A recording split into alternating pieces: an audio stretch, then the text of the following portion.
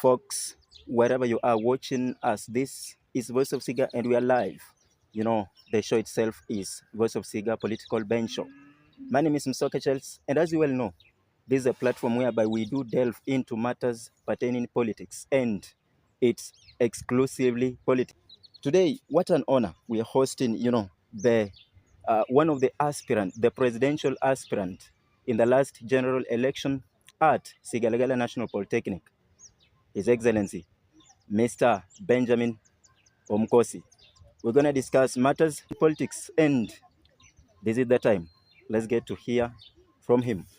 Karibu kiongozi. Okay, thank you very much. Eh, Asante sana. for those who don't know you, please, can you introduce yourself? Thank you very much, Mr. Charles. This is Benjamin Omkosi, a student of this institution, taking a diploma in ICT. We call it level 6. Yeah. And before I joined ICT level 6, I joined this institution, that's the year 2021, around September, when I enrolled as a student under the journalism class. That was the diploma. And around 2023 September, that's when I completed my journalism class. Okay. And last year, 2024 January, I enrolled in ICT, specializing as technician. And the reason why I enrolled in the ICT, some people asking me, Benjamin, now you have completed journalism, why are you coming again to enroll in ICT? I told them that my brothers and sisters, the world we are staying is so competitive. And I managed to attend a certain interview, but I was kicked out just because of that ICT. So I felt like I should come and enroll as ICT student, so that when you take journalism and ICT and when you blend them, then you realize that there is something good coming. You are building that CV. Yeah, so the reason why I enrolled that ICT, I wanted the two courses to do what? To blend. So that's why today I'm not here as a journalist, but I'm here as a student under the ICT. But as you understand, I'm also a journalist by profession. By profession. Yeah, I'm a journalist by profession because I graduated in the last graduation. That was on 4th of December last year. Congratulations. Thank you very much. And maybe, can you tell us when and where did you start politics? Thank you very much, Mr. Charles. Politics is like a spirit. When I joined this school 2021, I was not much aware about the politics, how the politics of this institution always behave or always run. But when I go back 2017, that's the time when I started feeling like I'm the young politician. I started participating in this field because, one, I managed to work as the clerk in the 2017 election. So that's something came in my mind that in future I also plan to become a politician. Wow. And immediately when I joined this institution, that's 2021, 2022, I declared that I'm coming for president. So, someone might ask himself now, hey, why this Benjamin coming to vie for the presidential seat? But because, when I've been in primary school, I've been a leader. I've been a in what capacity? We call it the head boy. The head boy. Yeah. I school in a private school.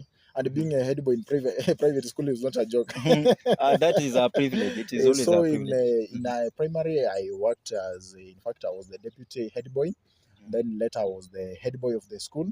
Then from there, when I joined high school, immediately I joined Form 1. I was given a chance to serve under the Young Catholic Student, that is the YCs.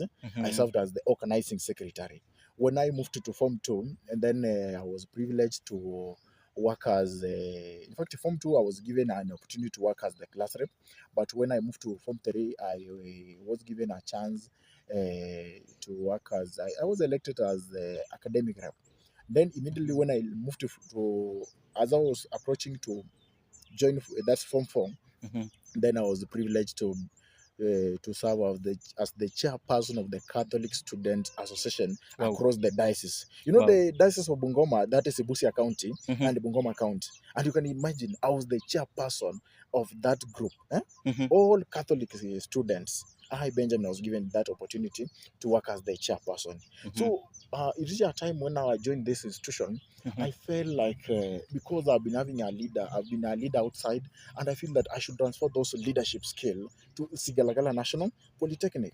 Not only serving as the chairperson of the Catholic Student Association, but even in my charge, I served as the chairperson. That's from 2016 to 2021. when I decide to retire peacefully, because I realize that even my brothers are doing what?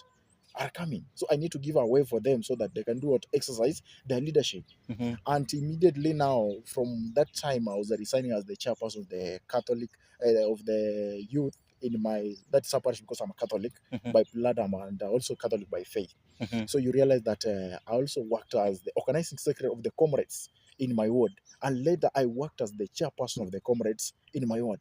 So that Mhm. leadership is it's in my blood. So me coming to Skalagala National Polytechnic, vying as the president, Mhm. I came to realize that students are having a lot of issues, are having a lot of challenges, are having a lot of problems. And we lack a leader who can stand and fight for them. Because Mhm. you realize that during this election, my agenda was to fight for the rights and freedom of comrades. Mhm. But that agenda was a threat somewhere. It was a It threat. was a threat somewhere. Someone was thinking that this guy is fighting us or not. But my Okay. agenda was very clear to the Mhm. comrade that I'm Mhm. going to fight and protect their freedoms. Okay, hold on. Yes, Before we get to delve into the thing, the so-called the agenda, yes. what objectives had you Mhm, for you when you are running for the presidential seat? mhm, What are some of the objectives that mhm. you are having? I think I was very clear. And, I said that before someone coming maybe to do something, like, for instance, if I can just ask you, like, Mr. Charles, now you want to do a wedding. Now, what's your plan? Isn't? Mhm. Yeah, what's your plan? Then you tell me that maybe I need some two, three things, or yes. So to me, before I vie for the presidential seat, because now I'm a senior politician in this institution, and you realize that I calls myself in a meeting, and when I call myself in a meeting, number one, I had a plan. The first thing for you to vie for this seat, you need to ask yourself, am I academically fit? Because Mhm. those are some of the qualification. For you to vie for any seat, you should be academically fit. Mhm. Then I ask myself, now, if now I'm academically fit, should I go to vie for this seat or not? And I realize that I'm academically fit. Then I say that, let me come and do what? Vie for this seat. Number one, am I having some indiscipline cases? And then I realized that I've never involved myself in vandalizing the school property. I've never involved myself maybe like kupiga walimu or doing other things. I realized that I'm a very good man. So I feel like this position, it fits me. Mhm. Then I ask myself, have I cleared school fees? Then I realized that even before I joined ICT, I had an extra amount that made me to come for the next this course, because I realized that when you are having some extra amount and you ask for a refund, sometimes become a challenge. Mhm. So that's why when I came to that plan, then I realized that I qualify. Then I say that no, let me come for this seat, and if I will win this seat, I'm having the plan that I should do for the comrades. Okay, Yes. that was a tremendous one. Mhm. And because we are moving on very well, you said your main agenda Mhm. was fighting for the freedom Mhm. of comrades. Mhm. What do you think specifically was not working for the comrades? Thank you very much, Mr. Charles. I want to flash back. I joined this school 2021, Mhm. and when I joined this school, you realize that the school fees of this institution, it was 56,000. Mhm. 56,000. 4 years back. That's from, because I joined 2021, Mhm. the fee structure that I received, it was 56,000, isn't it? Okay. Mhm. But now, when we came in this school, we are comparing Sigalagala National Polytechnic with other institutions. Then we ask, is Kisumu National Polytechnic? Yes. Mhm. Is Eldoret National Polytechnic? It is. Yes. Is Kitale National Polytechnic? It is. Yes. Is Galagala National Polytechnic? It Now, is. why is it Skalagala is paying a school fees of 56,000, and yet these other national polytechnic are paying a school fees of 26,000? Mhm. That's the time we came up with the idea that let us now start fighting for this deduction of 30,000 capitation. Because I realized that when you came in this institution, you're being given a form of capitation. You do what? You fill that form. Mhm. And automatically you fill that form. That form is submitted direct to the government. And it's very clear that any student who has filled that form is supposed to be given 30,000 capitation. So that time you ungenijua vizuri sana. Mhm. But I was fighting chini ya maji. Mhm. Chini ya maji. Yeah, I was fighting chini ya maji. And Mhm. we ensured that students now, those who join in 22 September, Mhm. they are the one enjoying our fruits, because their school fees reached term 1 13,210. Wow. Now Now, it was deducted. it was deducted Mhm. directly, and Mhm. that was under the leadership of His Excellency former President Collins Okemo Simiyu, that Mhm. young man from Bungoma County. Mhm. He fought for that thing. Then actually students started doing what? Enjoying. Mhm. Now, when I take you back to 2023 election, because I was also a participant, Mhm. I was with my brother from Kakamega, that's Kewe Kulo, Mhm. my brother from Bungoma again, Isaac Amtoni, and Mhm. myself, Benjamin. You realize that we tried our best, but things did not work. Mhm. Kewe Kulo won the election. After now, the guy who won the election, he came up with a very funny way. You know, this institution, people come from different backgrounds. Yes. And even when I've been trying to walk around asking for the votes, you realize that people, especially our girls, they Mhm. do suffer. Mhm. My Why? brother, I tell How do you, they suffer? like for instance, Mhm. that's why I'm saying that we come from different backgrounds. You can meet someone even to just get even tomato and this vitungu or 50 Mhm. shillings is a Mhm. problem. Mhm. Someone who even having a like unga, like even sukari is a problem. So I'm sorry to say this one. I met one of the girl when I knocked to her door, Hodi, then Mhm. she welcomed me. Mhm. Then I said that I'm Benjamin Mkosi. I'm going for the seat of the president. But when now I realized the environment the girl is having, Mhm. I was sympathize. Na Mhm. ask the girl, umekula nini? Then she told me that nimengoja mama nitumie 40 bob, niende ninunue marakwe na chapati na nilale. When you see the Mhm. blanket the girl is sleeping is a problem. When you see, yani the Everything lifestyle is is a horrible. problem. Mhm. Now, Mhm. I had something and then I cannot mention. I Mhm. just gave her. Then I said that you will use it. Okay. Yeah, you will use it. So That the was good reason of you. why I'm saying that my agenda was to fight for the right, I think I've started mentioning Mhm. where the problem, where the student do suffer. Mhm. Now, when Kia came as the president, isn't he came up with another law that if a student has not performed in a paper or has failed a paper, he need to pay 500 shillings, of which it was not there. You Mhm. realize that one? Mhm. Yeah.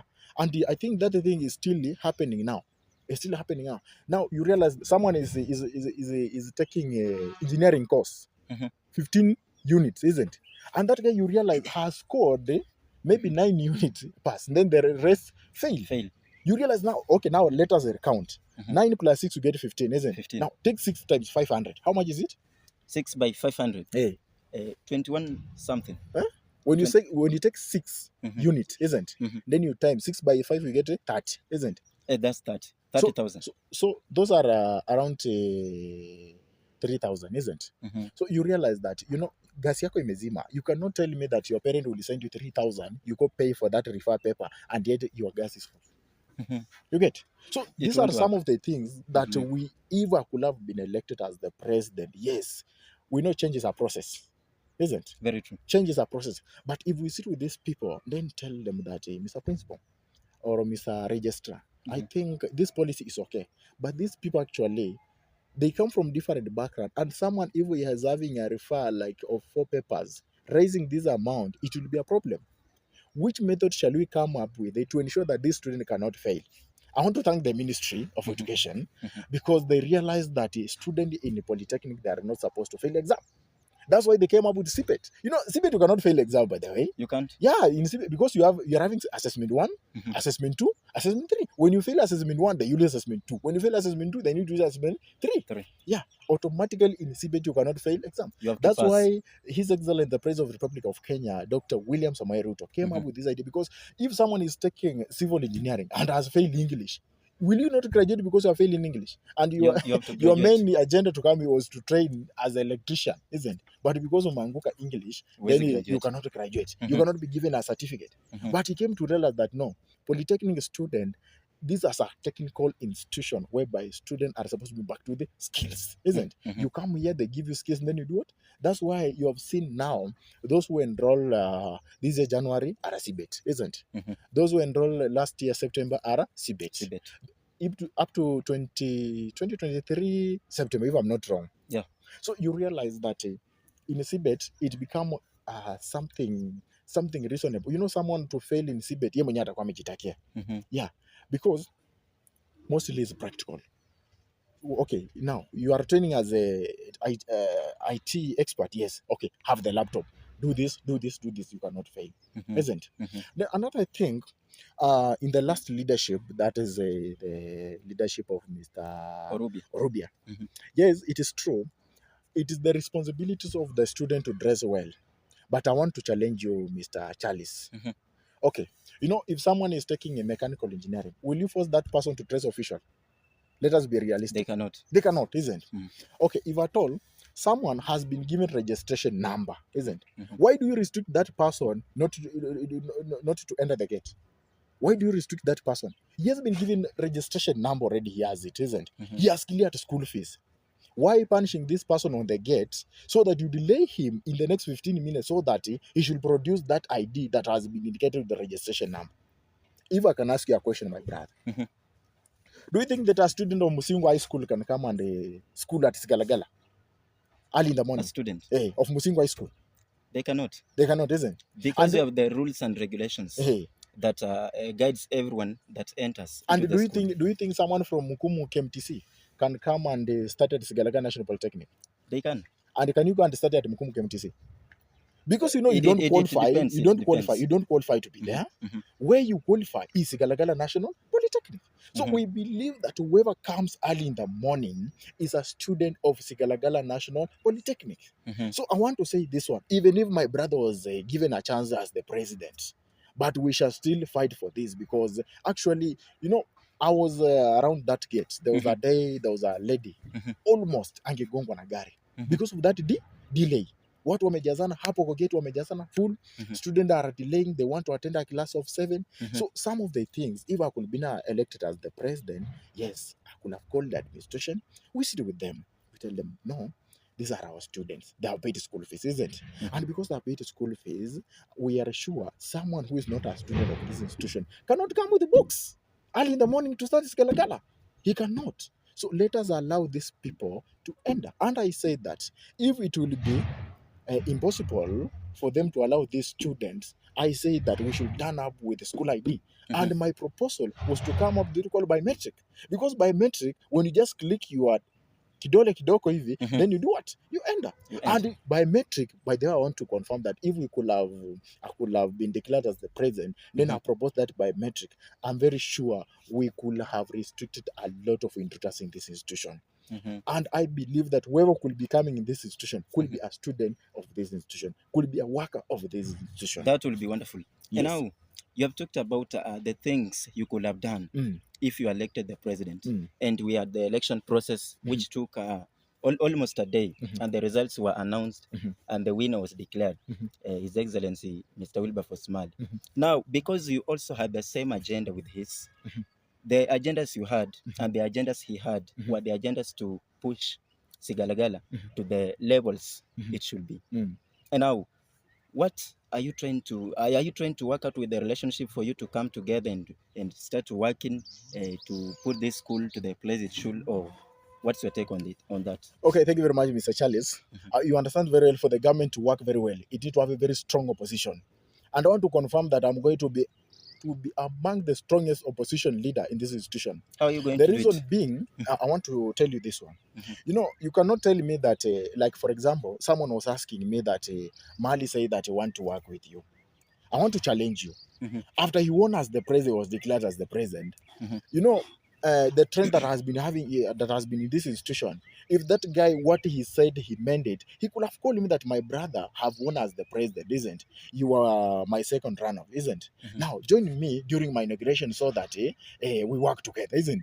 He failed even to mention my name during his speech when he was giving his speech. But the inauguration was Wait, open for no, everybody. no. Mhm. You know, I'm a special person. I'm not just the way how he thinks, For isn't? sure. Yeah, because the votes I was given by students, there are more than 700. Mhm. So I should not come na nisaliti kura zangu. Mhm. Then number two, during the induction process, you get Mhm. the second runner person is being invited to attend that we call it induction. They were in Kisumu for almost 2 days. He Mhm. did invited me to also participate in that activities. So he is like now whatever he was saying. Then I said that if he said that he want to work with me, then it was just a story. Mhm. So to me, I want to say that I'm sorry to say this one Mhm. before the story of Sikalaga National Polytechnic, before the administration, whoever will be watching this clip, I, Benjamin Mkos, I Mhm. cannot work with Wilberforce Mali. Mhm. Because when I work with him, we have some of the things that he might be doing and no one will be raising an alarm. You get it? Mhm. So it is my responsibilities as now opposition leader. You get it? Mhm. When you will be sleeping, then I will be waking up with a stick. Namuchapa kidoko anamuka. Akilala hivi, like for example, when you read the constitution of the students, you know, some of you don't read the constitution. Mhm. I want to enlighten something in the constitution. Please It's do so. very clear, that Mhm. is around Article 6.2. Mhm. It's very clear that students are supposed to be given bursary. They need students. You get it? Mhm. And this bursary is specifically for the needy students. Students. And it has been indicated that every term, 20 students are supposed to be given 4,000 Patam. per term. Have been in this field, and Mhm. I'm sorry to say this one. 2022, Mhm. they failed to give the bursary. It was in the constitution. 2023, Mhm. it was given once. You get it? Mhm. That was term 1. Mhm. Term 2, the bursary was not given. Term 3, the bursary was not given. In the last year, Orubi just gave the bursary once. For the 2 terms, there was no bursary. When you ask the excuse, they say that the school doesn't have money. My brother, you're Wongo. This is Galagala National Polytechnic, and this school controls millions of money. Mhm. You cannot say the school is not having money, yet 1,000 students have been allocated for scholarship of 47,000. Mhm. Those are 47 million.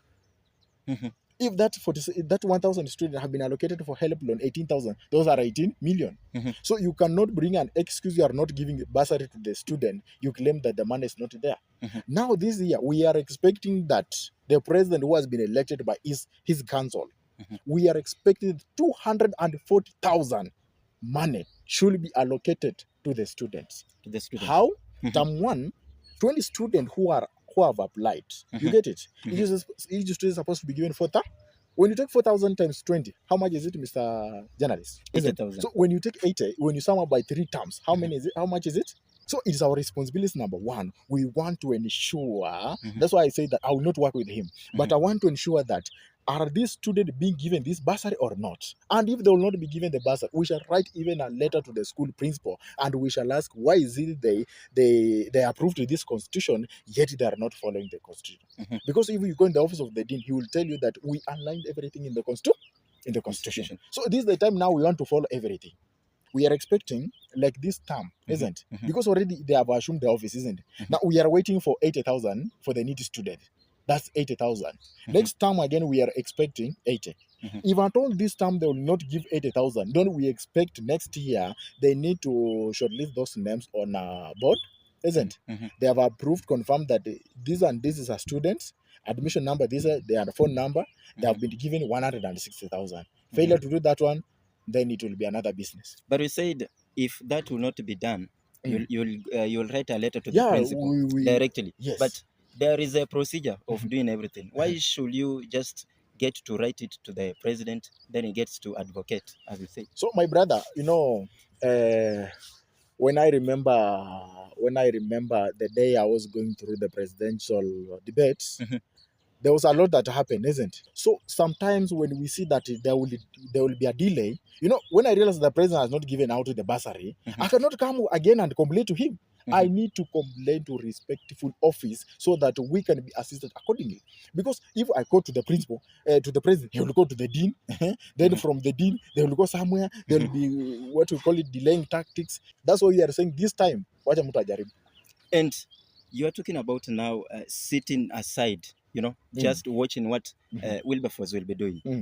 What of akupigia simu leo hii akwambie, now I am ready to work with you. Okay, now let me ask you, Mr. Journalist. How do you expect me to work with the current president? But you are the same agenda.